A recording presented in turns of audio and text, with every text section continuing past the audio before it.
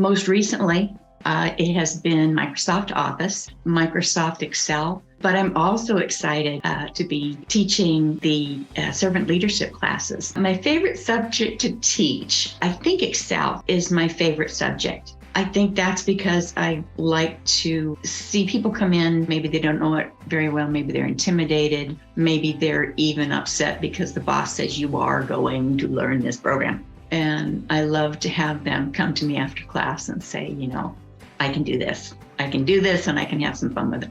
My best advice is to, once you've decided what you want to do, find 50 companies that you want to work for and find out who the person is in each company that you would like to be in 10 years and do whatever you can do to talk to that person. But you pick the brains of the people who have been doing it because they are the ones who are going to give you much better advice than your counselor, your aunt, your uncle, your mother, your dad. Once you've done that, you're going to be in much better shape to know how to move forward.